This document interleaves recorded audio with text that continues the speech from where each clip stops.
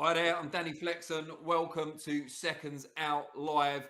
It's a slightly different backdrop for me this week because it is game dot changed, or is it? We're going to be discussing TKO's foray into boxing at last.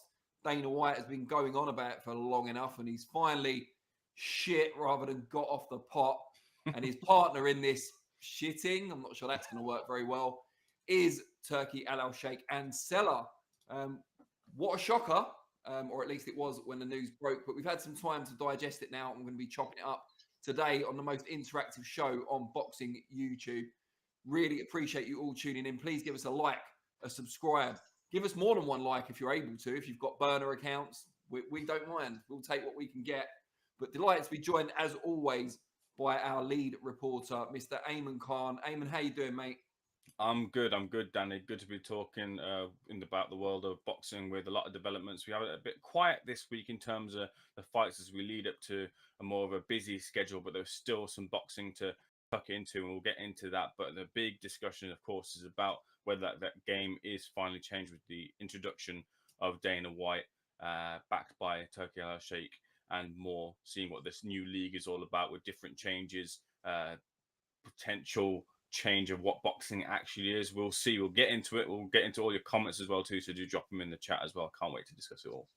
Yeah, I watched Dana White's interview after the deal was done, and I thought boxing has now got its most arrogant promoter. And given it's a sport that already includes Eddie Hearn, it's like quite a feat. Yeah, I obviously do watch a bit of UFC now and again, so I know I am aware of Dana White. But yeah, he was turning it up to the max. He turned the arrogance up to 11 in that press conference, which I found interesting. But we will get into all of it. But first, we're going to put out the poll, and then I'm going to go to the chat because we've already got quite a few comments in on this topic. But what we're asking you is, can a UFC model, can Dana White's UFC model work in boxing? Let us know. It's a simple yes-no debate. I know some of you have already got quite strong opinions from the chat. But yeah, if you can vote in our poll, we'd really appreciate it. And yeah, let's go through some of these questions. So Captain Obvious, probably shouldn't read his comment, says MMA was an underground sport worth a penny stock when UFC was formed. Boxing is worth hundreds of millions of dollars each year. So the market is, the polls just obscured my view. So the market is near impossible for TKO to achieve the same thing. Jack Dutton on the 45 says, how are they TKO'd? Jack, come on, mate. The company's called TKO Group, the one that's bought this, that's bringing out this boxing company. That's why. It's a clever pun, Jack. Obviously lost on you, unfortunately. But he goes on to say, UFC does bigger numbers in the States than boxing, I think. Captain Obvious goes on. Also, Dana White says he wants the business to be sustainable within 5 years. So they'll still have to deal with the same market constraints as all the other promoters. For example, big purses. Solar says, is Turki Alalshikh paying boxers via cryptocurrency? I have no idea. Secret dance move. Why is Seconds Out sucking up to Turkey so much? You're supposed to be journalists, not cheerleaders. Secret dance move is clearly not a long-term viewer of this particular show. You might want to go back to the very infamous Turkey Raw or Cooked episode of SO Live, and you might change your tune, or just tune in for the rest of this episode, and it might have the same effect. Captain Obvious, again, says, when these cards have to be profitable, they won't be anywhere near as stacked as the loss leader cards we've been seeing for Riyadh season. It was the same when PBC first started, though, let's not forget, which weren't about making a profit. Toby Bartlett, good to see you, Toby. Hit the like button, please, people. Couldn't have said it better myself. I'll prove that by saying it earlier and not as well. Trip to the Moon says, people complaining about 4 belts, but celebrating TKO coming in, adding their own exclusive belt. Yeah, but they want it to be the only belt. That's kind of the point, isn't it? Secret dance move again. Why is Turkey even working with, excuse me, Ari Emanuel, who's obviously part of TKO, good friends with The Rock, who is a hardcore Zionist and supporter of Israel? F Turkey, the sellout fraud. Wow, we've got political quite early on SO Live this week. The Pink Panther. Have you met the Pink Panther? He says, sound keeps cutting out. Cancel the stream. Oh, for God's sake. Modfather Frank, if you can hear us, please do something about that. We don't want the stream to let us down. We'll leave that to Eamon and myself. Secret Dance Move says, also, Turkey telling Bivol we can't fight Benavidez next is disgusting. He's actually come across worse than what we have. Fergus Casey says, yes, if they pay the boxers fairly. Pugilistic Soldier says, not all green and gold WBC champions want to give up their prestigious belts, not a magazine belt, referring, of course, to the Ring Magazine Championship. Toby Bartlett says, thanks, Danny. You reminded me to use my burner account to like the show. Lol, 2 likes from me. Brilliant. You know, all I would say to that, Toby, is why stop there? Set up more burner accounts. Trip to the Moon says, it won't be the only belt because the promoters outside of this are still going to be using the 4 sanctioning bodies. So it's just been even more fractured. And David Hyde says, Nick Ball versus TJ, the Power Doheny. Got a few comments about that nickname. What do we reckon? We'll be getting onto that, Daddy Dave, in segment 3, I think. It might be segment 4, actually. I've forgotten my own running order. But we'll get back to that. Apparently, that's the least of our worries, is people complaining about the stream. But Ayman, yeah, let's chop this up. So it was announced last week that TKO Group, which already owns UFC, of which Dana White is the president, and WWE, of which Nick Khan is the president, will be launching into boxing, something Dana's talked about for quite some time already. And they plan, from what we've seen from the press conferences so far, to impose a UFC style model on boxing in terms of having 1 champion per weight class, the best fighting the best, so on and so forth. Whether it means paying the fighters incredibly low amounts of money, as they do in UFC, is yet to be seen. But we will look into that. And we've seen Eddie Hearn's reaction. He says he's still the best promoter in the world. He's up for a fight if there needs to be one, but he'll also work collaboratively if the situation demands it. So we'll see how that one works out. But from what Dana White was saying in his press conference, he doesn't seem keen to work with any of the other boxing promoters. He wants to be exclusive or, internally working out everything just within the TKO Group and their new model. And Turki Alalshikh caused quite a stir by saying he'd given the flag of boxing to the person who can best handle it. So, Ayman, let's start there. Is Dana White the person best able to handle that flag, metaphorically speaking? I guess the proof of that will be in the pudding, because I don't want to write Dana White off by any means.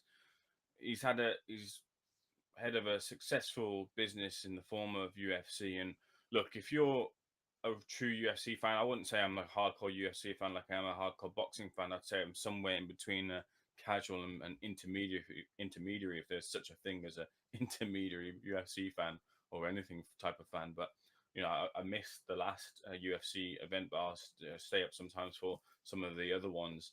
But you'll know that UFC right now isn't as hot as it once was. And if you're a true UFC fan, you'd say that. If you're not, you wouldn't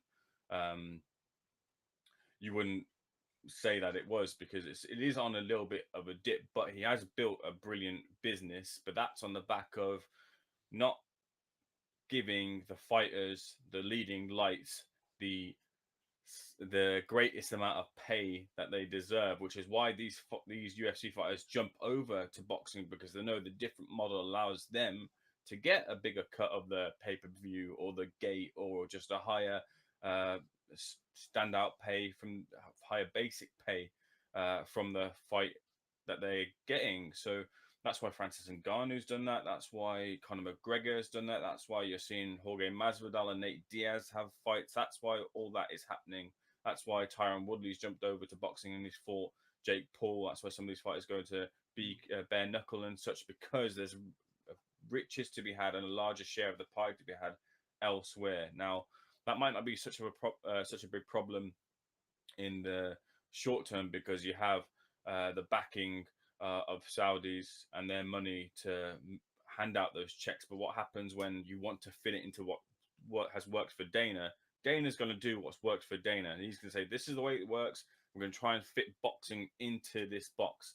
I'm not so sure if that is going to work. In terms of him being the right person to take the job, look, it's clear that the Saudis, and Eddie's kind of said that in the recent interviews off the back of it. He says, the relationship needs some work, but it's great, but it needs some work. That kind of tells you that, well, it weren't as great as it has been thought of, because if you were to be clued in on the deal, if you were in on the deal, and the same thing applies to Frank Warren, if you were in on the deal, you would have been up there with Turki Alalshikh and Dana White shaking their hands, and you're not in on the deal. The deals like that don't happen where they happen and then you're clued in afterwards and you take a percentage afterwards. It just doesn't work like that. And it's not Eddie who's got the flag, is it? Say again? It's not Eddie who's got the flag, the metaphorical flag that's with the person who can best handle boxing. Yeah. So Dana, look, I think Dana's made a lot of mistakes I think Dana has a lot of holes, I guess, in terms of from the fighter side, but you can't deny the product and you can't deny the production. You can't deny that fight fans, even if it's not the best of fight, you will get the best versus the best, or as close you can get it without all the politics, without all the problems, without all the promoters getting involved and stifling whatever it is. And that is something to look forward to. I just don't know if we'll get there because of the other things, the other problems, the fighters who we're supposed to be put in as the top priority when UFC kind of put themselves as top priority. I just don't know if it will all work. Yeah, I'll talk a little bit more about that in a minute. I will go to the chat shortly also, but just to point out the specifics, it's Turki Alalshikh as the head of the General Entertainment Authority and Seller, who are a subsidiary of the Public Wealth Fund in Saudi Arabia. They're the ones who've done the deal with UFC. So there is going to be, sorry, not with UFC, with TKO. So there will be a lot of money early on in this arrangement, similar to one of the chatters was talking about early on in the Riyadh season boxing shows. I don't think we'll have to worry too much about the boxers not being paid enough and the best not fighting the best now for the first year or two. But that could change quite quickly, as Ayman alluded to there. Secret Dance Move says, Ball versus Doheny is sold out. Secret Dance Move, we've been on for, what, nearly 15 minutes, and you already said that we've sold out, Turkey sold out, and now Ball versus Doheny has sold out. And then you said 3 tickets left, which means it hasn't sold out. So none of us have actually sold out. Zinc Ubus says, of course he can. Connect UFC with the WWE guys for a good show, then add Turkey's money. Yeah, I mean, cross-promotion is going to be incredibly important, I think. 1 belt per weight class. KO, presumably not Kevin Owens, says, biggest issue with boxing promoters today is inability to build stars. TKO will show how to do this from the ground up. Pugilistic Soldier says, granted, sometimes Eddie Churn can be arrogant, but Dana White takes it to the next level every interview. There you go. Jack Dutton on the 45. Do you think Turkey's plan is to absorb all the 4 major belts into the ring title? So is there only 1 champion per weight class? I think he'll want only 1 champion per weight class, but that's going to rely on either collaboration with the existing sanctioning bodies or beating them into the dirt. And we'll talk about beating competition into the dirt and how that is pretty much the TKO model shortly. Trip to the Moon says they can't pay fighters low purses because the promoters outside of this will just pay those fighters more, like what already happens. They all compete for fighters based off how much they can pay. I would imagine they will try to absorb the fighters they want early on and then start to develop their own as well. You know, they've got the benefit of a certain amount of money now. It won't last forever, but they'll look to make a big enough footprint there, similar to how PBC did, that then they can then drop the quality of the product and still sustain themselves. Zinkubu says, all the top fighters fighting regularly or they go to the bottom of the ladder. The top fighters will fight each other to get a chance at the title. I mean, that's the dream, isn't it? But I'm not sure if that's actually going to happen. Where are we? Sorry, the chat's going faster than I am, which isn't much of a feat, to be fair. Pugilistic Soldier says, best fighting the best? Rubbish. What about John Jones fighting Tom Aspinall? Exactly. MB says, can you explain the model they have planned? I followed none of this last week. They haven't been explicit about it, but it seems like they want to run it as an independent entity outside of working with other promoters, from what Dana White said in the press conference. They didn't go into specifics. Zinkubu says to Jack Dutton, that's exactly what they intend to do. Turkey can't buy the 4 sanctioning bodies because they're not-for-profit organisations. There's no mechanism that will allow to take control of them. Well, there are some mechanisms, just not, official ones. Secret Dance Move says, yeah, UFC viewing figures have decreased dramatically and has already peaked and are now on the down curve. I think this is why Dana is moving towards boxing, as he sees the writing on the wall for MMA. Jack Dutton says, Turkey wouldn't allow himself to be photographed with the 4 belts at the Canelo Skull Presser, just the ring belt and the undisputed belt. Mr. T says, reckon fish eyes, based on the emojis, will worm his way in. Is he a fish or a worm? Make up your mind. I assume you're referring to the esteemed Hall of Fame promoter and my good friend Frank Warren when you say fish eyes there. I imagine he will play a part in at least the first year or so, but after that, who knows? Dana White has already made it clear he doesn't really want to work with the established boxing promoters.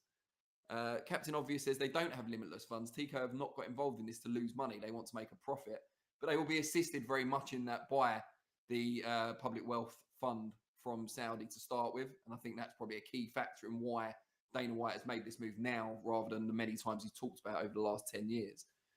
Secret Dance, who says, also, Warren just signed a big fat contract with DAZN. which Turkey owns the boxing side of, so he's okay. It's Hearn that should be worried, as his DAZN contract is coming to an end soon.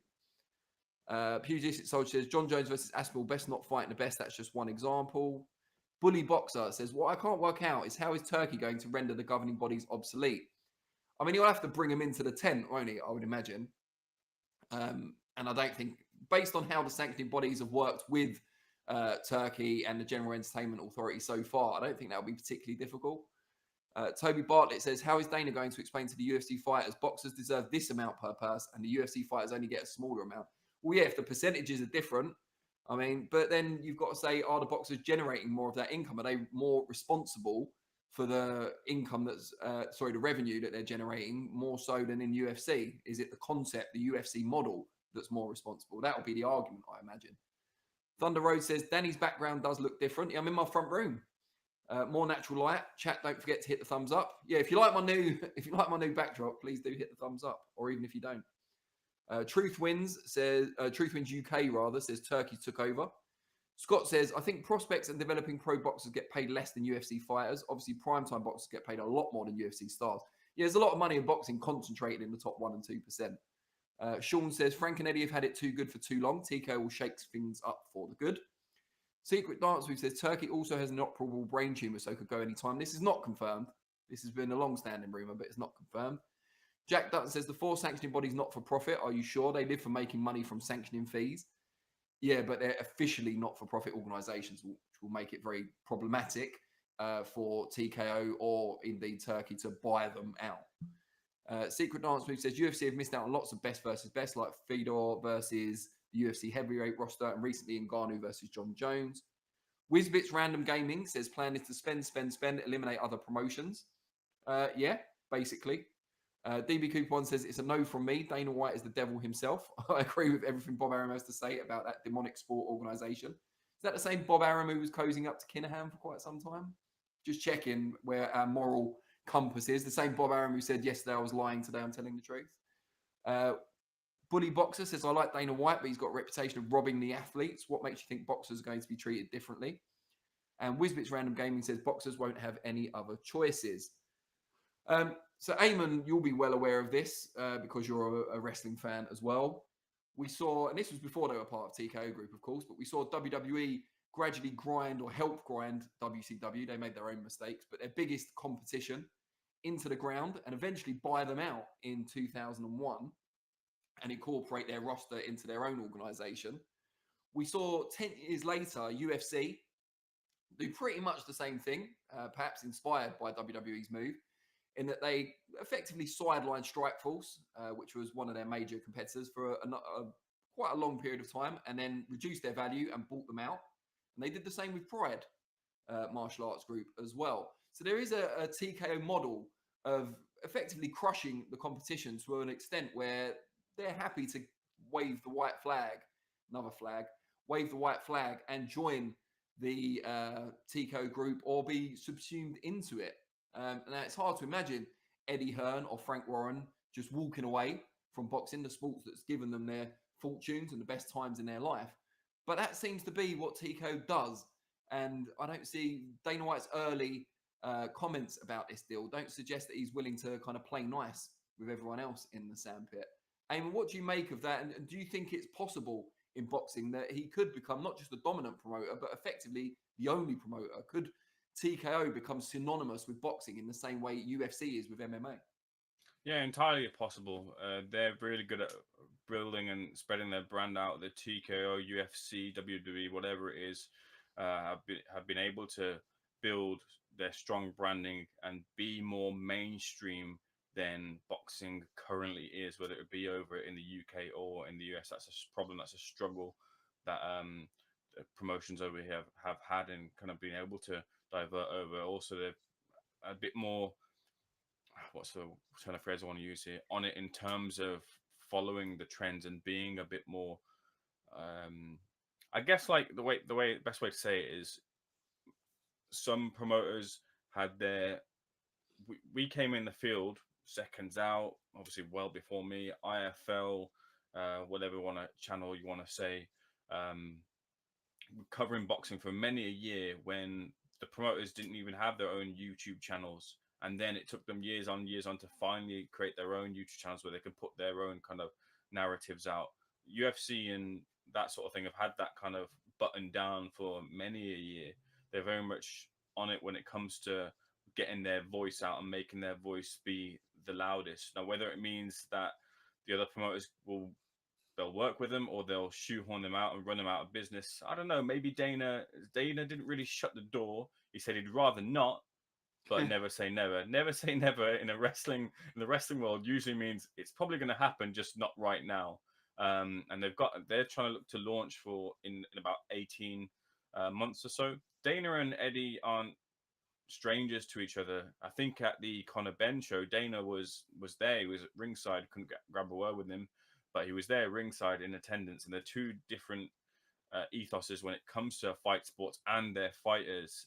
Eddie and Dana won't reveal what was said about each other, but they're completely on different ends of the spectrum when it comes to their own fighters and their approach to them in one aspect, I should say. But yeah, look, I think Dana would probably prefer them out the picture, but also in the short term, he's got to learn from them. I guess he's got to pick up kind of the little things and the pitfalls that they've fallen through. And Dana will try and brute force his way through things, but at some points you have to take the softer approach and learn from what other promoters are doing well, and then you pick that up and add that into your repertoire. Now, Eddie Hearn has kind of said in interviews recently and in the past too that he's looking and has done. He's floated the business out. He's floated the business out for investment and floated the business out for a future sale. And he wants to give his father a little bit of a retirement boost and to say that they've done it and they've completed boxing in their own way. And that might be the way kind of things go. One side of Eddie's a complicated character in the sense that he wants to win and he wants to be the guy that's holding the flag for boxing. But also the other side says to Eddie, I want to kind of be done out of this. And move on to other things. So I reckon it's probably going to be a sale in the future, and maybe TKO pick that up. And just like the way UFC was sold, TKO keep Dana on as the promoter. Maybe they keep Eddie on as just the voice. Frank, similar sort of thing as well too. Although George is leading the operations, I believe it is. It could be the similar sort of thing where they inherit or buy their roster for the league, and then keep people on in more operational type of roles behind the scenes. So I think that would probably be the number one goal for Dana. That's the way he wants to operate and create the hierarchy and know that he's the one at the top and funneling down and delegating his responsibilities, but he's the man at the top. But if he has to work with them in the short term, he'll do it. Yeah, so Mod Father Frank's just made a very interesting point in our group chat, which I'll talk about in a minute. But just for people who are just tuning in, we are the most interactive show on boxing YouTube. Please do subscribe. But aside from that, we've got a poll asking if Dana White can make a UFC type model work in boxing. So please do vote in that if you haven't already. It'd be really interesting to see what results we get at the end of the show. I'll just go to the chat before getting to Frank's point, which I think is a very salient one, especially for us. Ivor Bigham. No one likes a bragger, mate. Are people really comfortable? Sorry, chat again. Are people really comfortable with a global, accessible sport becoming an elitist, invite-only closed shop? Something similar was proposed for European football, and it was universally criticised. Yeah, but boxing's the Wild West of sports, isn't it? That's the problem. And also, there's positives to it as well. But it's always been the most easily accessible, easily manipulated sport out of the major, attractions in that sphere. So I'm not sure it's going to... And it doesn't get covered by the mainstream media to the extent it used to anymore, which will lead into Frank's point, which we'll get to in a second. Bully Boxer says it's going to be very interesting to see how they do it. I don't think it can be done without hurting a lot of the nostalgia and history attached to the sport. Satoshi Black says what's clear is that the price for buying boxing and boxers is cheap. Saudis just want one puppet to control. Mr. T says, I don't think the belts will ever go, but if the big names are all fighting for the TKO belt, it will make the WBC, etc. irrelevant. Well, that's exactly what they'll do. They'll make every other promoter, or they'll try to make every other promoter irrelevant to the point when they can then subsume them into the grand organisation, the mothership, if you like. Sam Roberts says Dana White doesn't come to play second fiddle. He's here to take over. Plus, he despises Bob Arum and other promoters. Tam Ham says, why would other fighters want to sign for Eddie or Frank when Turki and Dana offer a lot of money and a standard?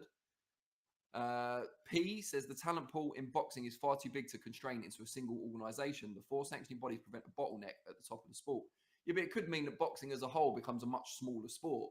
It could be that people that are currently getting into boxing at a young age thinking that, maybe I can win a British title, maybe I can go a bit further, will go into a different avenue of life, which would be a bad thing, don't get me wrong, but I think that is a possible byproduct of this. Blake Smith says, have the league, etc., but what about British title fights? Yeah, I mean, that's going to be an interesting one as well. Will there still be kind of feeder organisations that feed into the UFC type model that TKO produce? Mandaline Bando says, I don't like Turkey. This is in emojis, so if I've got this wrong, Mandaline, please do let me know. But it looks like I don't like Turkey. He's really a rat. Not the voice of Seconds Out there, by the way, but the voice of Mandaline Bando. DB Coupon says, I'm interested in knowing the finer logistics of this. Devil is in the detail. Not going to lie, I don't think they even know what they're doing thus far, to be honest. Bald prick. Wow. I mean, there's no need to insult someone just because they haven't got a fine head of hair, DB Cooper. He says he makes Hearn look like an angel, which gets back to something I said at the start. But yeah, Modfather Frank has said in our group chat, don't forget that the UFC control the media. A lot of do's and don'ts. Bad for us. Yeah, I mean, couldn't have come to a better place though, because we've already seen boxing moving in that kind of media controlling direction over the past few years anyway.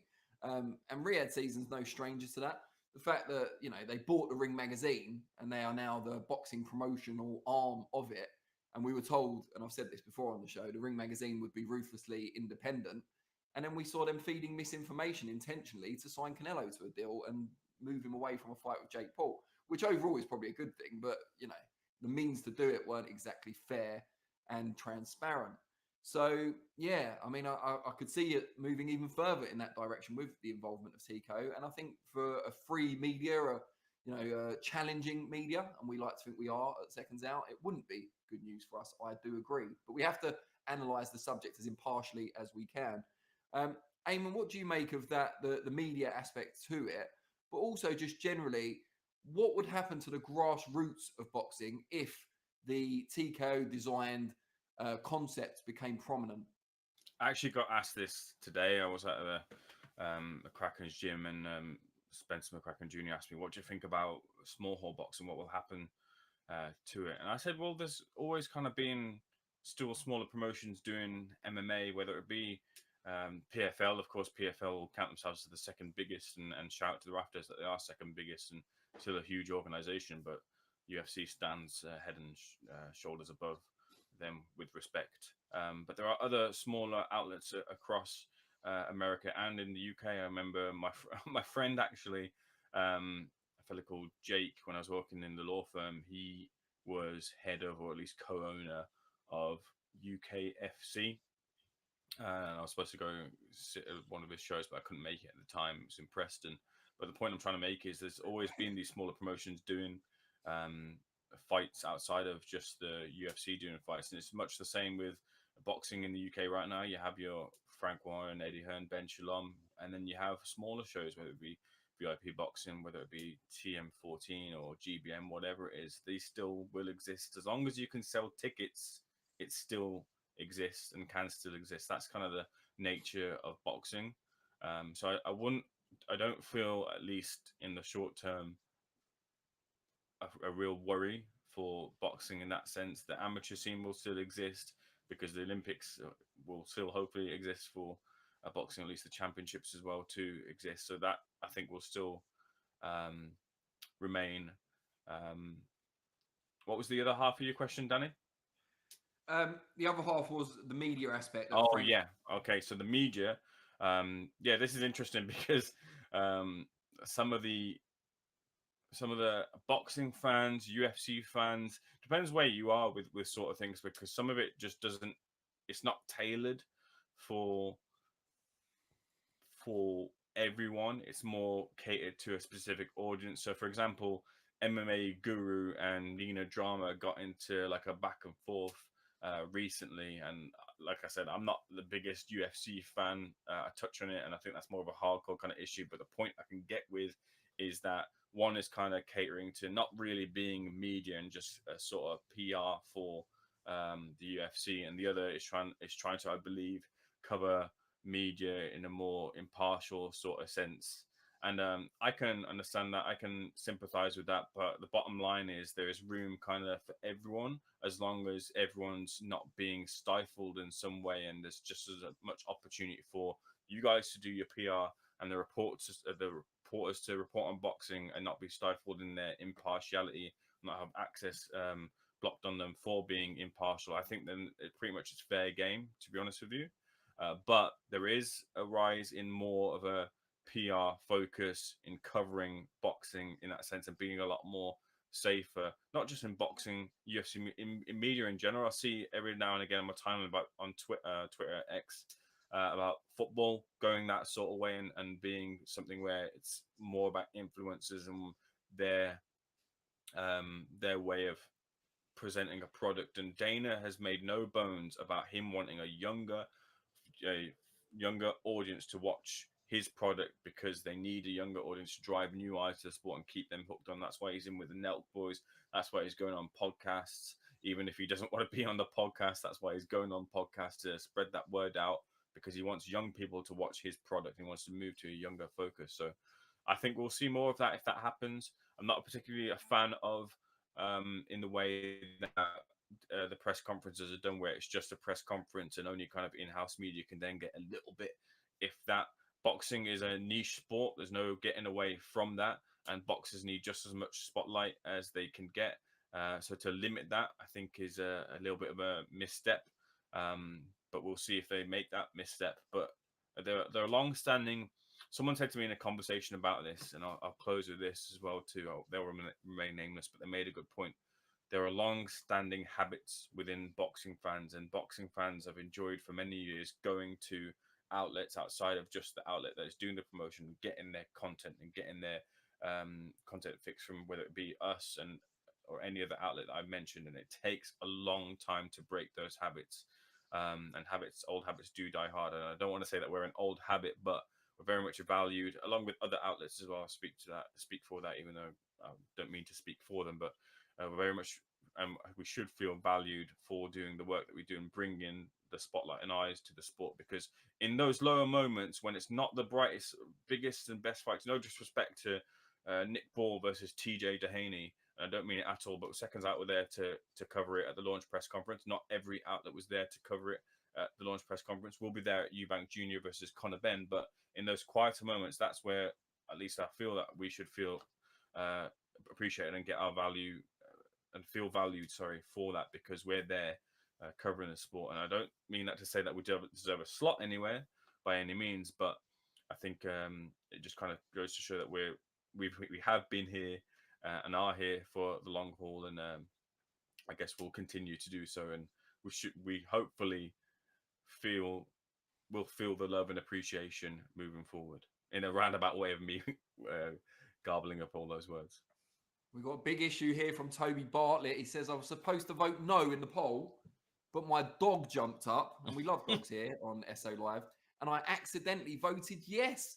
Please take this into account. Please, Danny. I mean, the fact you said please twice makes me sympathetic to your cause, Toby. And if it does come down to, one vote either side, I will try and bear this in mind. Jack Swagger, love a wrestling handle, says TKO will be like the Muhammad Ali trophy, a flash in the pan and will disappear. Mandolin Bando says money controls everything. Well, yeah, I mean, pretty much. Bully Boxer, hold on, chat's just gone right down again. Ask you guys a question. Well, that's what we're here for. Does being paid more with one organisation wipe out the prestige of winning the WBC or WBA world title? Unless he gets control of all the other organisations, it's a tough sell. It's an interesting one, because I saw a comment from, I think it was Anthony Fowler on Twitter or X, saying that this is what we fight for. We fight for money. As much as the glory is important and winning titles, essentially, this is our job, and we do it to make as much money as possible. So maybe he's got a point. P says the shrinking of the talent pool, which is boxing's biggest strength, that was a struggle, would be horrendous and is a reason not to advocate for this alone. JDM says all depends on who they sign. Well, we didn't put that as an option in the poll, JDM, so you have to go yes or no. P says in years to come, who will care about the best versus the best of a shallow talent pool? Jack Swagger says GBM. Not sure what that's referring to. Maybe it means there'll be like a feeder unit for you. Let us know, Jack Swagger. Gills says, yes, no more scummy characters. No, wait. Very good. Secret Dance Move says, if TKO take away the Ali Act in America, it will be the bad old days of boxing, where boxers will be tied down to long-term contracts and basically become slaves to their promoter. Well, let's hope that doesn't happen. You know, the late John McCain, who was an incredible senator in the US and big boxing fan, was integral to getting the Ali Act passed. And it's not always enforced, so it's not perfect at the moment, but let's hope it does stay in some form. JDM says maybe they might make Wilder their first heavyweight champion. He ain't fighting in BLK Prime no more. That's gone flat. Yeah, but is that'd be like the WBO when they came on board and made, was it Francesco Damiani was their first heavyweight champion? And that harmed their credibility. I think you want to make a big splash starting off. You know, if I was them, I think I'd probably give Josie Parker my first TKO world title, because there's a lot of outrage over him not getting a title shot next, despite everything he's done, his run of form. Someone like that would make more sense. And he's already obviously got a relationship with General Entertainment Authority in Saudi. Captain Obvious says there would be no independence of the rankings from people making the business decisions. So they'll manipulate the rankings and choose participants based off marketability first. Is that what they do in UFC? If there's any MMA fans out there, let us know. You know, do they manipulate the rankings in UFC, in your opinion, to promote the more marketable fighters? Because I'm not sure if that's true or not. DB Cooper 1 says, Al Ayman back in his law firm days, he should go to work for Boxer on a retainer. He'd be minted, seeing as they're always in legal fights. Yeah, it used to be Frank Warren in Queensbury, didn't it? And now it's Boxer. But I don't know if Ayman could stand working under Ben Shalom for too long. Captain Obvious says, with the current setup, there's independence between the rankings and the promoters, so you get tough mandatories enforced, which promoters would rather swerve. That wouldn't happen in this new league. That was a point Eddie Hearn made in his interviews last week as well. That, you know, as a promoter, sometimes you think, oh, I'd kind of like to swerve that guy. And if there's only one world title per division, you wouldn't be able to do that anymore. There's good and bad to that. Bully Boxer says, you guys with your boxing YouTube credentials won't be getting a credential with Dana White, that's for sure. If he doesn't like what they report, it's bye-bye. Bye-bye. Yeah, well, let's hope we're in sync with Dana as we move forward, if he's going to be powerful in the sport. Jack Swagger says, what has Dana done since the UFC was sold in 2016 and Khabib smashed his guy? Secret Dance Move. No young person cares about Dana White. Like I said, UFC viewing figures are tanking badly. Brown Pyramid says, what happened to the Muhammad Ali Act? We've just been talking about that. Got to go back up. We're getting loads of chats in, so I want to say I appreciate you all. Please do vote in the poll as well. If boxers are smart, they'd unionize, says Jack Swagger. Well, that means one of two things, Jack. Either boxers aren't smart, which is one opinion, and the other is that it's just not workable in boxing in the current structure. Otherwise, it would have happened long before now. Boxers have been taken advantage of for over 100 years. Sea Lover 63 says, not even the fighters care about the history of the belts. Secret Dance Move, Bull versus Doheny. Yeah, we'll talk about that when we get to that segment.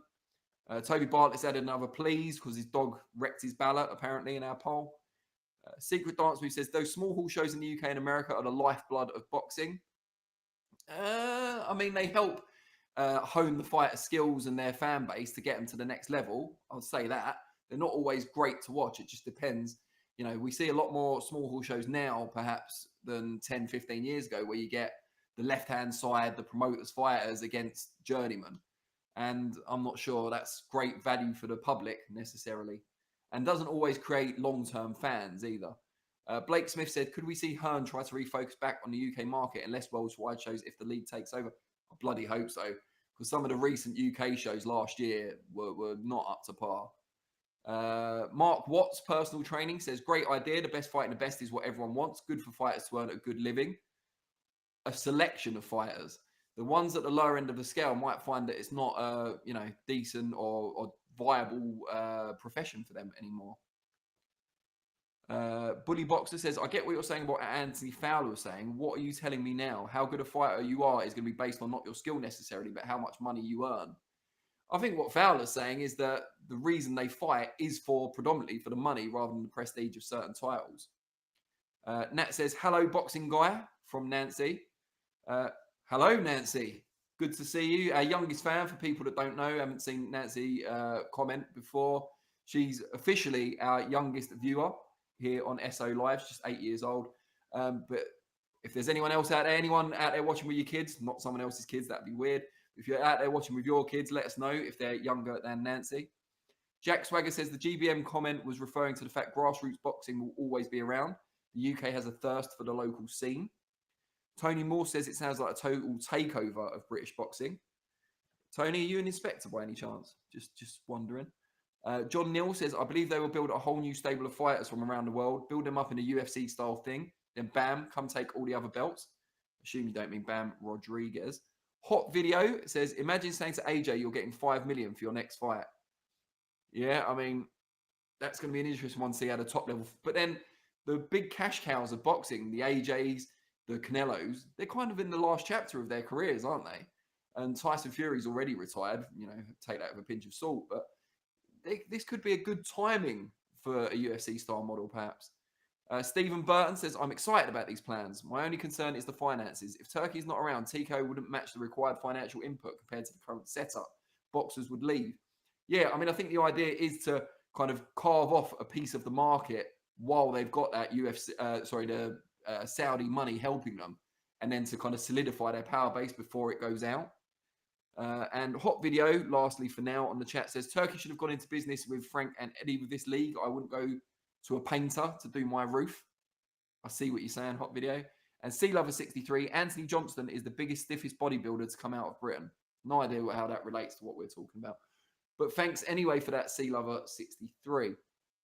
So we've done this for 45 minutes now, and I know there's a lot of you out there that probably talk about this for the next hour, but we only have a certain amount of time. We've got 3 more segments to get through.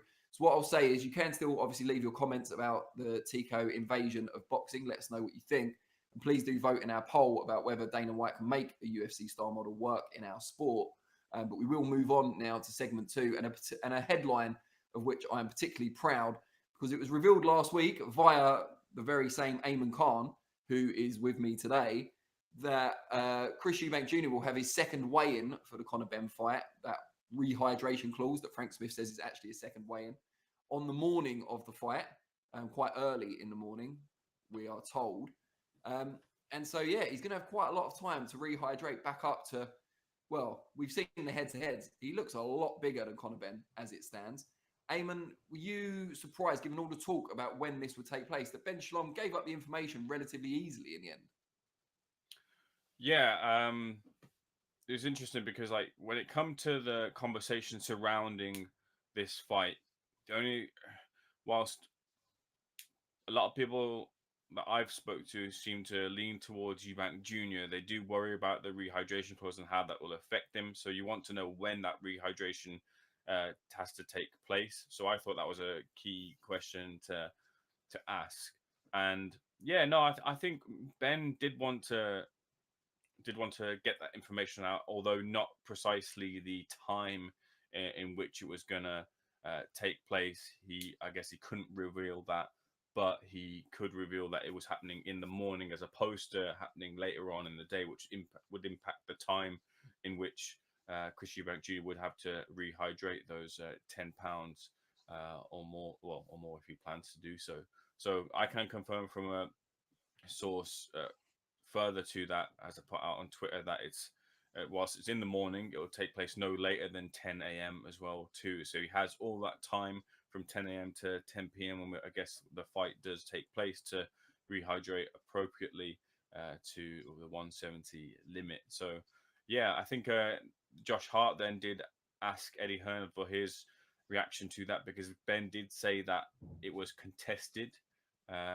So that meant that the other side, at least from Ben's point of view, wanted a different time. And Eddie Hearn said, I think he cleared that up, that no, they were happy to go with what the usual second day weigh-in would be, although the other side had contested and they wanted it maybe at midnight of the day of the fight. So they obviously went back and forth on that and then settled on early in the morning. So yeah, no, I think what that does is when it comes to the breakdown of the fight, that allows people, pundits, fans to really get a grasp on what that clause is going to do and what impact it will have on Eubank Jr. And that will mean that they can kind of make their predictions a bit more readily available, because we didn't know when that was going to happen. So I kind of feel like that was something that needed to be asked and get the answer to, and it doesn't quite change how I thought the fight would go too much, because I still think Eubank Jr. will win the fight, but I think it's a pertinent point, and I wonder how the fans feel knowing that Eubank Jr. has a lot more time than maybe they might have thought to rehydrate. Zambanu Love talking about the TKO incursion into boxing says IFL would collapse. Well, there you go. There's a positive from our point of view. Their content is mainly around the drama and politics, not the fights. Vincente Valente says Frank and Eddie worried. Hot Video says hit the like button. Thanks, Hot Video. Everybody hit the like button. It helps the channel. Brilliant. You know what else helps the channel, Hot Video? Subscribing. So please, everyone, subscribe if you're not already a subscriber and vote in our poll. Big Dosser says, I had no idea Kel and Ebony were an item, but then again, neither did they. Funny story about that. So Kel Brook randomly video called me about 2.5 years ago from Spain. It's not going where you think it is. And he said, I've got someone here who wants to speak to you. And out of the background, like a avenging angel, came Ebony Bridges. And just had a go at me generally because I'm always criticising her. I was back in the day.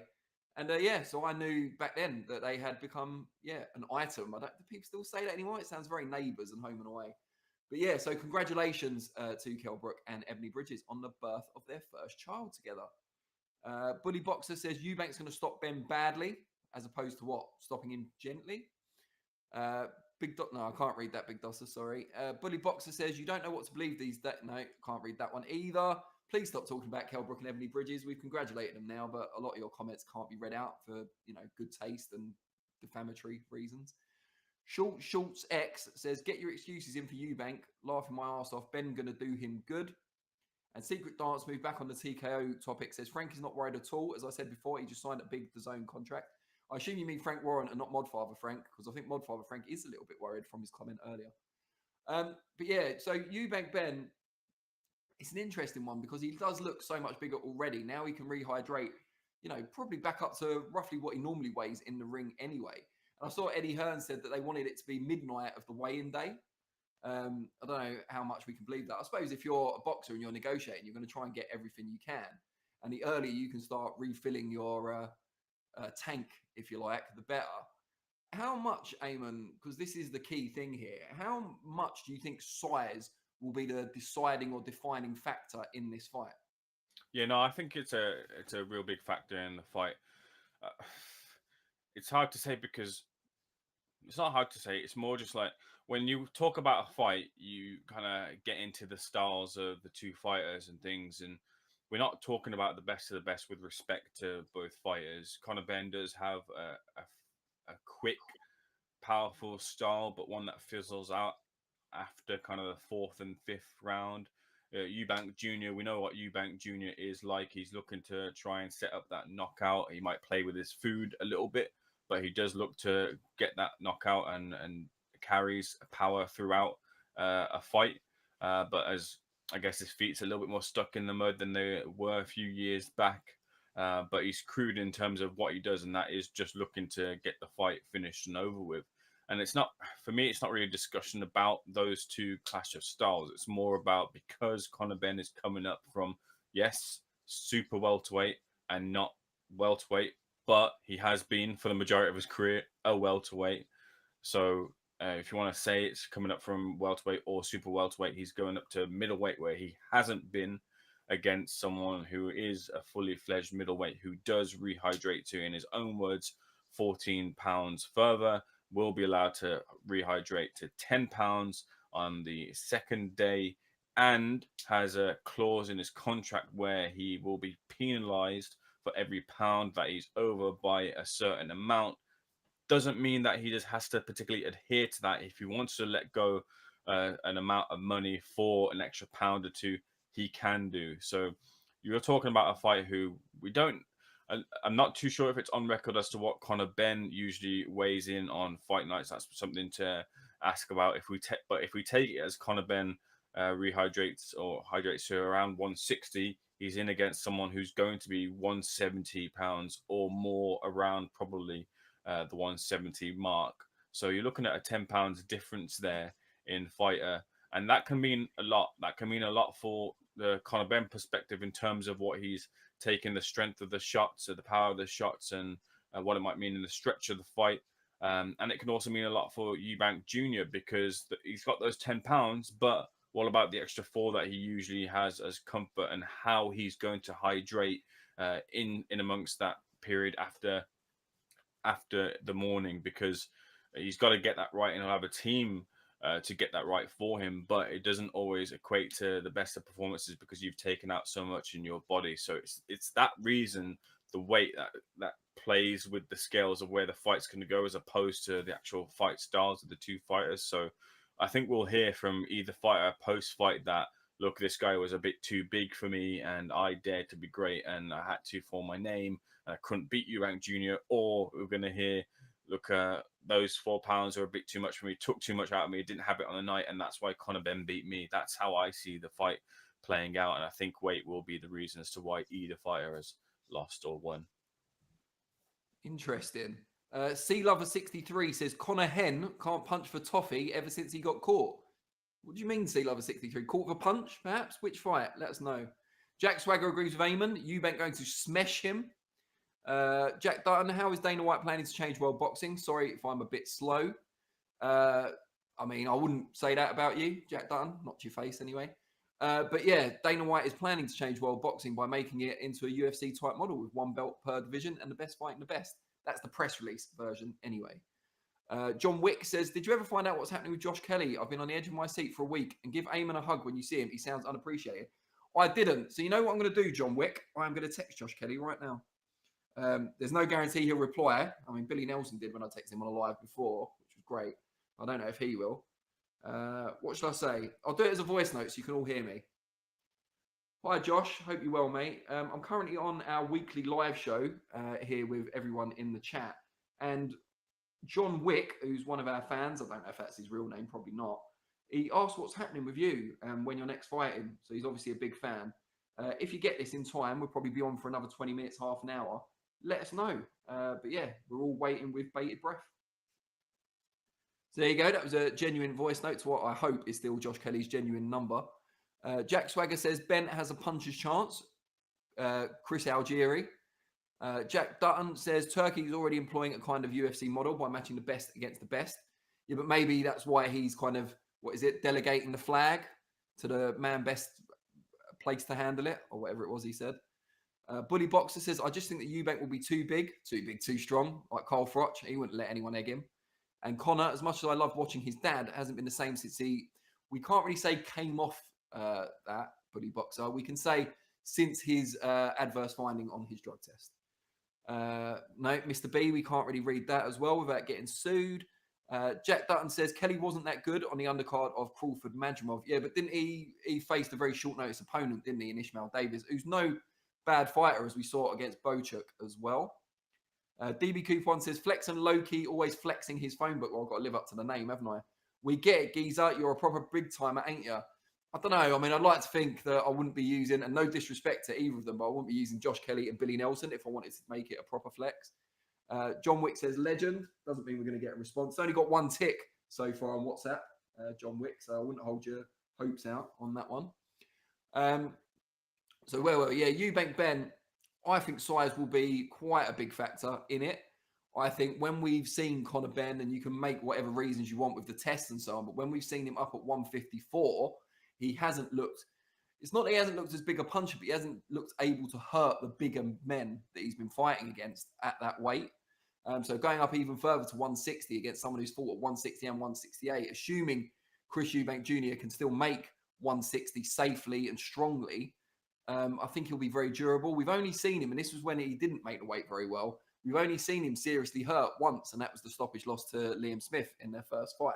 So you've got to imagine that if we get the Eubank of old, it's going to be very difficult for Conor Benn to put a dent in him. You know, if Conor Benn's going to win that fight, he's going to have to outwork him, pressure fight, and win on points or even a late stoppage, just a cumulative punishment. So I don't know. I mean, I think size will play a big factor. And also, if Eubank uses his height and reach advantages as well, you know, keeps moving his feet, keeps Conor at the end of the jab for large parts of the fight, dropping that right hand in as he comes inside, landing the uppercut as Conor looks to target the body. I think size could be quite a significant factor. Nat says to DB Cooper, nothing low-key about it. Flexen's always showing off. Yeah, but the sort of thing you're talking about, Nat, isn't the sort of thing we can talk about on the live, and it's nothing to do with my size of my phone book. Stephen says Flexen is turkey cooked after his big master plan that's come out into the open. Game change. Stephen, as an unofficial official member of the SecondsOut team, you should already have an answer to this. I would not say that Turkey is cooked at all. I think that he's still trying to work with everyone and make the best of both worlds or all the worlds. But the thing is, he's made big strides already in a very limited time in boxing, so it's hard to bet against him now. Christodoulou says, any TKO Turkey news? Join the show late. I can't recap the whole first 45 minutes of the show, Christos, I'm afraid. You can still vote in the poll, which is about TKO and Turkey, so please do. But you can obviously watch this on playback and get all the bits that you've missed. Bully Boxer says, anyone that's ever done any training before, no, we can't, well, all right, before knows that the drug that Conor tested positive for, knows what it's used for. It's when you cycle off a steroid or other substances. I've used it myself. What did you use it for specifically, Bully Boxer? Obviously to cover up your cycle, but what sport were you preparing for? What were you doing at the time? Be interesting to know. Secret Dance Move says Flexen taking over SecondsOut, just like Turkey taking over boxing. Not sure about that one, Secret Dance Move. I think if you added up the accumulated minutes that I talk and Ayman talks, I'd say it'd be fairly even. And he always gets the last word as well, which I think is very magnanimous. Jack Swagger says, Conor walks around at 165. Do you think weight will be an issue for Ben? I mean, not making the weight, but putting a dent in Eubank Jr., who will be much bigger on the night. I think that will be an issue. But yeah, so that's the big news of last week in the British middleweight division, we have to say now. But moving now into segment 3, I've just got to remember which of the two remaining segments it is. Ayman, do you remember the order better than me, even though I put it together? Ayman? Sorry, I was muted. Charles on charge. Charles on charge, of course. And this is Don Charles, of course, although it does relate to Charles in Charge, the pun part of it, which was a famous American sitcom from fucking years ago, probably before I was born. But anyway, keeping it all topical here on SecondsOut. So Don Charles broke his silence, speaking to our Radio Raheem last week in Ghana, where they were both there for Independence Day celebrations and commemorations, and kind of went into bat, really, took aim at a number of critics around the Daniel Dubois withdrawing from his fight with Joseph Parker, explaining not only why they had no other choice but to come to the decision to pull Dubois out of the fight, but also criticising Joseph Parker, who Don believes has bought into some of the rumour and speculation that it was a duck on Dubois' part. He even went as far as to call Parker foolish for fighting when he was ill against Joe Joyce and getting stopped or knocked out. And lucky for not facing Daniel Dubois, because he feels that his man would have destroyed Joseph Parker and brought that heartwarming run to an end. So, Ayman, we've both watched Radio Raheem's incredible interview with Don Charles. What did you make of what Don said? Anything unexpected in there for you? Yeah, I had a funny comment from someone who remained nameless. He said to me, I paraphrase here, he said, is Don Charles allowed to have a holiday, or is Raheem going to keep interviewing? Which I thought was pretty funny. But Raheem's in his hand luggage. Yeah, I think those two seem to be not strange bedfellows, but two peas in the pod. But yeah, no, look, I thought it was... like you said, a real good interview. And it's nice to hear Don speaking because, you know, for many a year, Don hasn't had the spotlight, hasn't had the opportunity to prove himself. I heard many trainers who I respect in the scene speak very highly of Don and work with Don, and really kind of appreciate Don for the trainer that he is. And like I mentioned, not having the spotlight. So getting the spotlight or getting the fighters that are capable, like Daniel Dubois and of course, Chisora in the past, and Gullamurian. He's worked with Harvey Dykes, who was out this weekend as well. He's worked with Harry Armstrong, a number of fighters. But to get a fighter who really has a high ceiling and to work with them and show what he can do, he's really kind of waited a number of years to put in the work and get this opportunity. To see him credited with Trainer of the Year, of course, is something that's been very much a life's work for Don. So it's great to see him get that accolade. And then, yeah, look, the whole fallout from Dubois versus Parker. Look, we won't truly know what went down there. We won't truly know whether Dan could have done or couldn't have done. We heard that the medical professional said that he couldn't. And look, I'm from a background where I've got a lot of medical professionals in my family. I would always take the advice of a medical professional. In the world of boxing, in the world of sports, we want to see people kind of break their their confidentiality and provide some form of evidence, just the way that this sport kind of is. That always goes kind of a long way, but if it isn't given, can't really do too much about it. But I would tend to believe that Daniel Dubois wouldn't have feared Joe Parker. He would absolutely not have wanted to go in there less than 100%, because Joe Parker deserves that just as much as he deserved the opportunity. He deserved the opportunity to beat someone at their best as well, which I think Joe Parker and Lee are competitors and would have wanted the best form of Daniel Dubois, not to have beaten someone who was less than. So I think they made the right move to pull out of the fight if they were told to by medical professionals to do that. And you've got to be honest and brutal as to what is on offer after that. Because if you roll the dice on being less than 100% against Joe Parker and you come up in short knowing that you're about to get, or possibly in the works for getting an undisputed rematch against Alexander Usyk, who's put his own timeline on his career, like it really is just, there is no real other option than to have pulled out of the fight. So I completely get it. Probably want to hear from Daniel a little bit as well, although he doesn't like speaking at the best times, even though he has gotten better. But outside of Daniel speaking and Dave speaking, Don is the one that you want to hear from. We've got that here, and I completely take his point of view as probably what happened, or as close to the version of the events that we're going to get. I don't think they feared anyone, but they know what riches are in offer. So I thought Don spoke really well, and I'm looking forward to seeing what Don and the team do next. You said there, aside from Daniel and Dave, I mean, I don't want to flex, as I was accused of a little while ago, but I did obviously hear from Dave when he was on the way home from the airport from Saudi. So, you know, we got two sides of the three. No, does that make sense? Yeah, two sides of the triangle here at Seconds Out. Stephen, talking of that, says, exactly. We at Seconds Out were pleasantly surprised with the huge exclusive with Don Charles in Ghana. Well done, everyone. Watch it now, please. Thanks, Stephen. Bully Boxer says, I got into powerlifting, Brazilian Jiu-Jitsu in my late 30s after boxing as a teenager. In my 50s now, don't bother anymore. All I do is go running. Secret Dance, who says, also congrats to John Charles being voted Trainer of the Year. We've got his reaction to that honour, as well as his acceptance speech on the channel at the moment. So obviously watch the end of our show first, but then please do go and watch it. Justin Ben says, so the fact that experts have cleared him of, I shouted experts, it's in caps, have cleared him of any wrongdoing. We're still hearing silly comments about him using drugs. Get a grip. Yeah, Justin, what I would say is that there's a bit of conjecture, predominantly because the original quote unquote clearing came from the WBC, and they insisted it was based on overconsumption of eggs, which Conor Benn himself ruled out. He disagreed with the rationale of the WBC, so they shouldn't really be held up as evidence of him being cleared.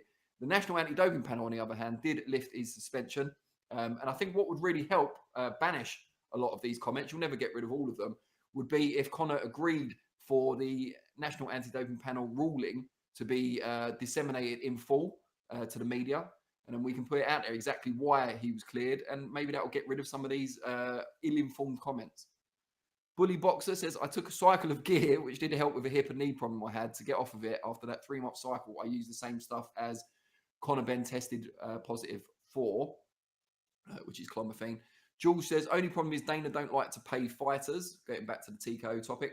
Just for people that have only just joined us or haven't voted yet, we have got a poll out about whether Dana White can make a UFC style model work in boxing. Please do vote yes or no. You haven't got an option to vote anything else. Stephen says, glad to welcome Ayman Khan onto the podcast. Hope he had a great lunch, courtesy of Seconds Out. Zambanu Love, Hay needs to spin his jaw again. Don talking too much. Yeah, he said he'll front up any man. That was the interesting one. I immediately thought of the brawl with David Hay and Chisora. Bully Boxer says, if there was definitely something wrong with Triple D, he would be re-signing the fight with Parker. I don't think that's necessarily true. You know, if you're going to have an opportunity to fight for Undisputed and you feel it's a winnable fight, why would you risk fighting Parker first? Jack Dutton says, do you think Parker against Caballero next is likely? If not, who do you think Parker might fight next while waiting for Usyk Dubois 2? I think he might fight Joshua in a rematch, which would be a final eliminator for one of the sanctioning bodies. I think that could be Joshua's route back, and I think that would be a good fight for Parker as well. Definitely a big money fight while he's waiting for that world title shot. And he'll want the opportunity to get revenge. Buddy Boxer says, I really rate that German guy talking about Caballero, I hope, and not, I don't know. No, let's not go there, actually. DB Coupon says, thing with taking the advice of a medical professional is they're easy to fool. They'll always err on the side of caution. I believe Dubois, but a lot of fighters look for a way out. Egg Kid Austin.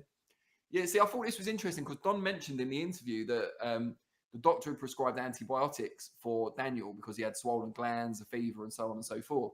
Anyone who's been to their GP in the last 10 years know they love prescribing antibiotics, whether they're certain it's viral or bacterial, because antibiotics will only work if the infection is bacterial. So, yeah, the doctors can only do so much. And the doctor recommended that Dubois shouldn't fight, and they took his advice, which is fine.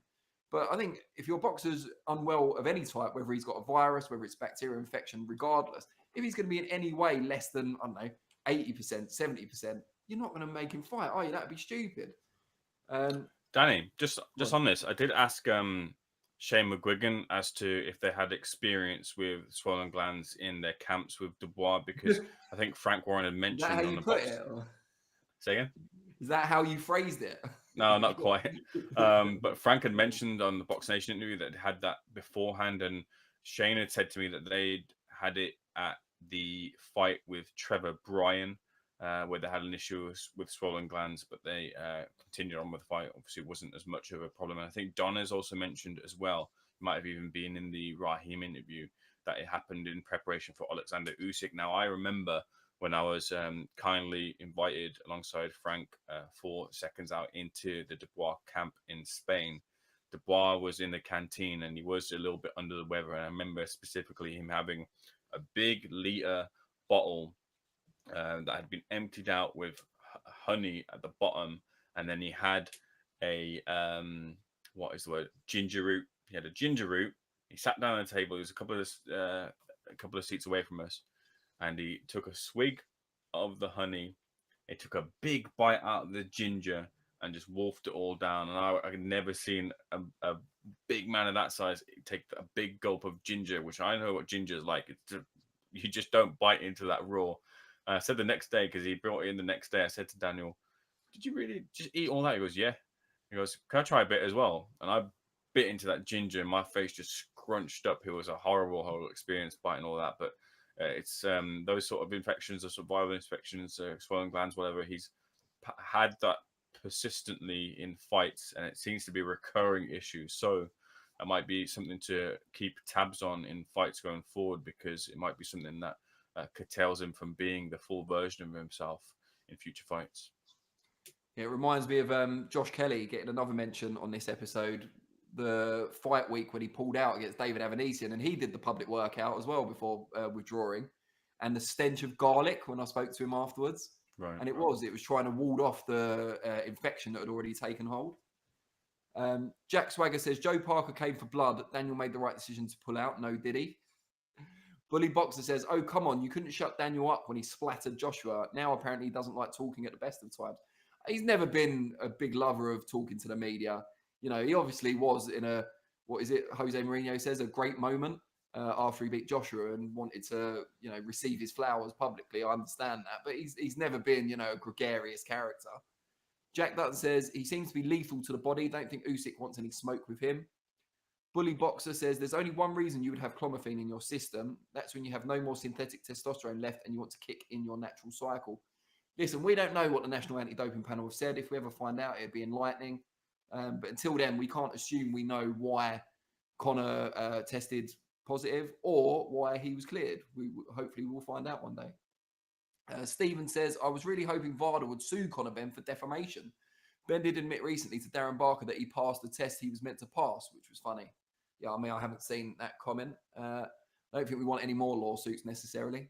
Harvey says, John Jones fights when he wants. Fighters don't get a good share of pay-per-view in UFC. Harvey, you don't have to write all your comments in full caps, just so you know. He says, remember when the head of Saudi investment was at UFC sitting next to Trump? That's when the deal got done. Also, how can boxers fight 6 times a year if they get knocked out?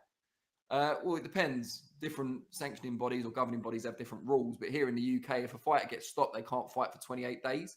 And if it's a bad stoppage or a cut, then it's 45 days. So it just varies depending on where you are.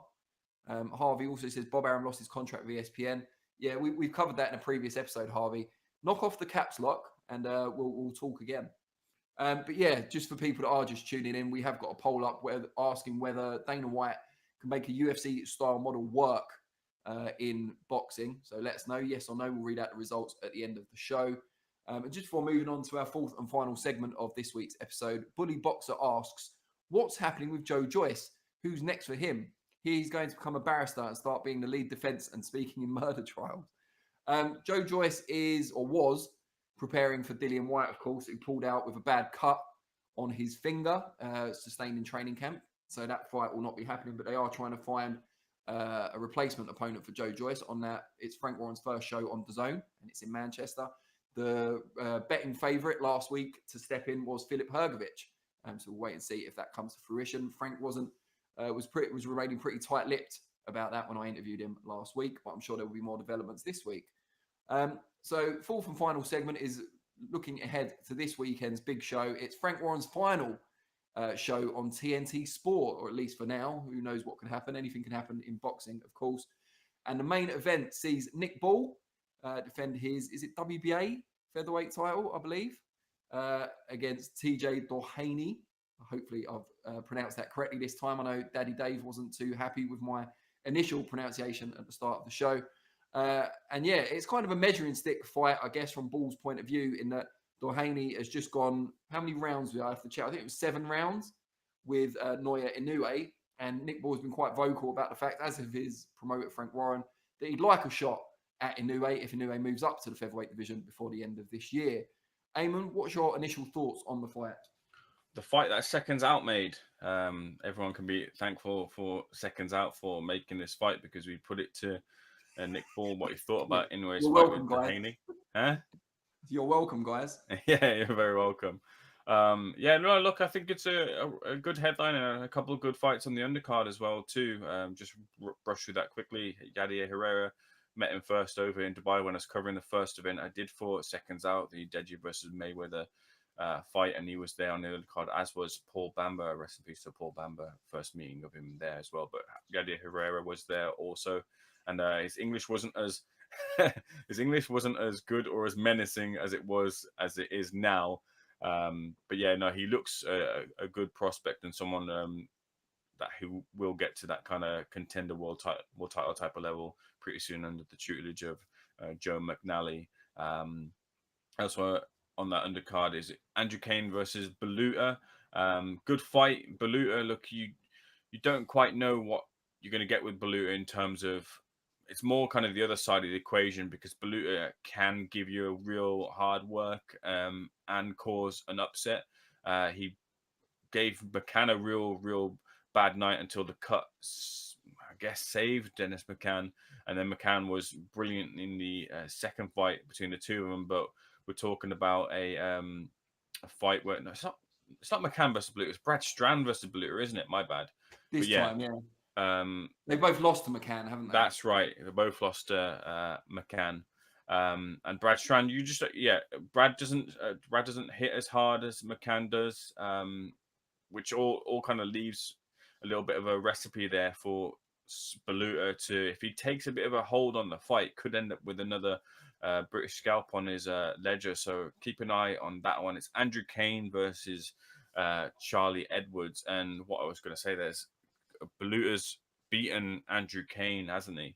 And then Andrew fights kind of one way. He's looking for that knockout, and Charlie would have seen that style at a higher level and have fought against opponents like that before. So you'd think that Charlie would have enough in the tank to be able to avoid the shots from Kane, the big shots from Kane, and get to a points victory. But I'm not going to say it only takes one from Kane, but if Kane starts chipping away at Charlie, who feet might be a little bit slower, but boxing might be just a little bit harder for him, might find himself on the end of a big shot, and the tide could turn in that fight. But you'd think that Charlie would have the favorite kind of tag on him in that fight. And then, of course, good fight in the form of Ball versus Doheny. I think that Doheny can draw confidence in the defeat to Inoue in the sense that he'll feel that he had his moments in the fight where he was kind of boxing Inoue and getting some of the kind of points bagged in that fight, and it was a case of sure Inoue's power told, but maybe a little bit of age kind of crept up on Doheny, and he'll feel that look.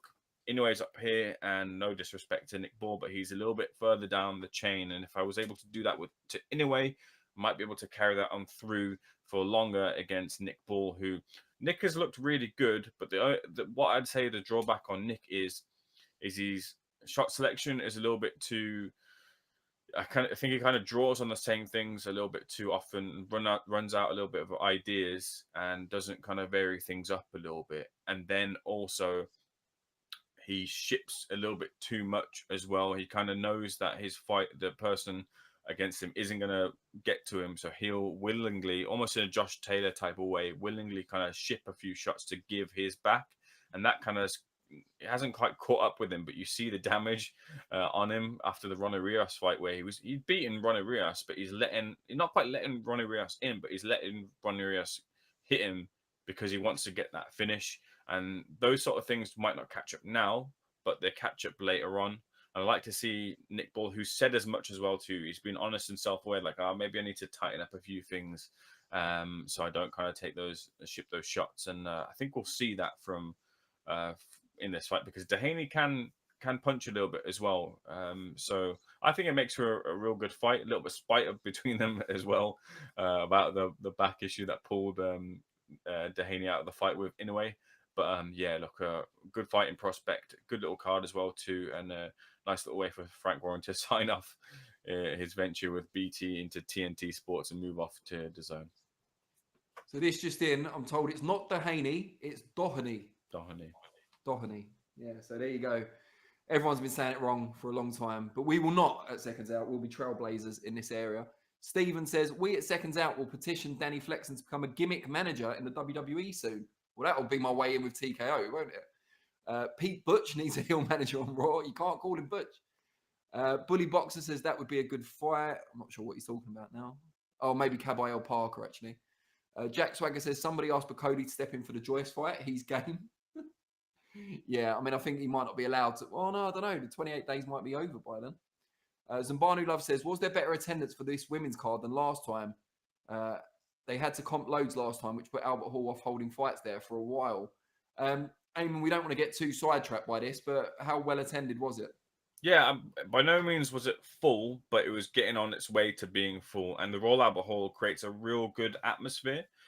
People were into the fights, absolutely. I can't tell you as to how many sold as opposed to comped. I don't have those figures or a grasp of that, but that's a good question, something I can ask in the future. But it seemed like it was a very well attended event.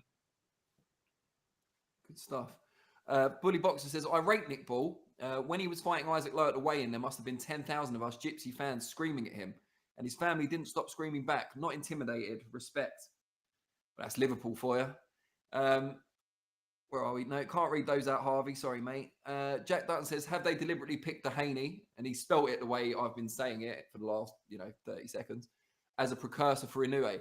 Well, it's two reasons. It's A, as a measuring stick to see how they both deal with Doheny, respectively.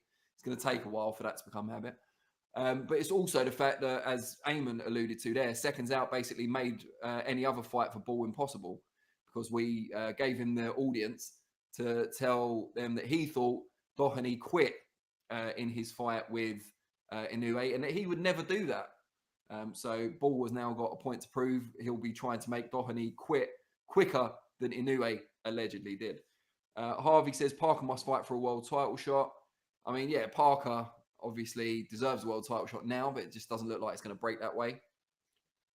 Nat says, I'm in a minority and we'll be backing TJ to win, and not just because I'll be there with his girlfriend. Yeah, I mean, when you say backing him to win, I think that means you want him to win.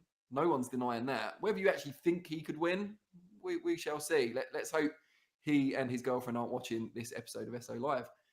Davey Hyde, Daddy Dave says, TJ for me too. That's TJ Doheny, not Doheny. Thanks, Dave. But all the support in the world might not be enough. But I'll talk about my take on the fight in a minute. Harvey says, Swagger, stop looking for the soap. Buddy Boxer says, Harvey Price can take the cap off. Whereas Katie, she could do it for you just about.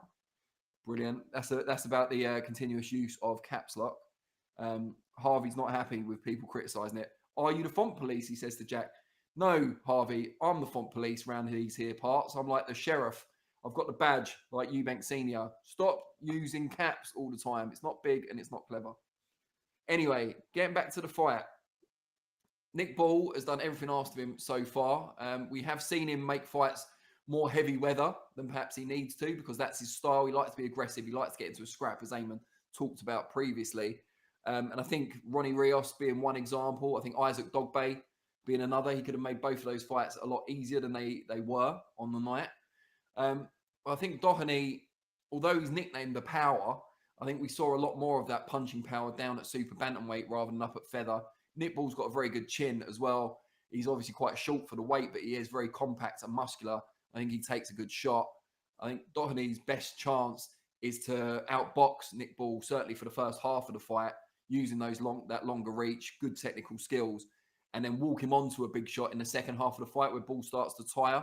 I just don't see that happening. I think it's going to be a meet in the middle of the ring type of fight, a drag out brawl. And I think that sort of fight is very hard to back against the younger, fresher, naturally bigger man.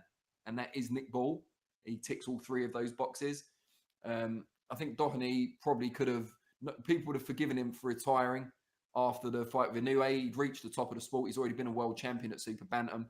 Fought Inoue, who's one of the best pound-for-pound fighters in the world, gave a good account of himself, regardless of what Nick Ball said to SecondsOut. It helped make this fight happen.